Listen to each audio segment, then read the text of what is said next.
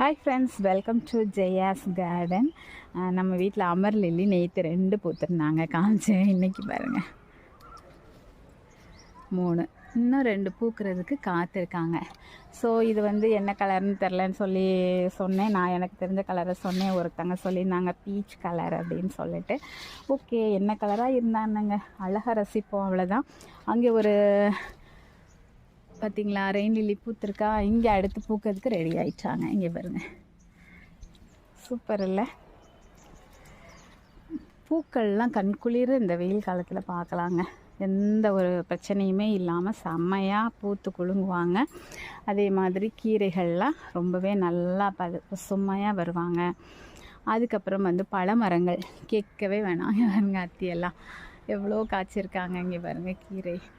So அறுவடை எப்போவும் இருக்குங்க மாடி தோட்டத்தில். ஸோ மாடி தோட்டம் வைக்காமல் மட்டும்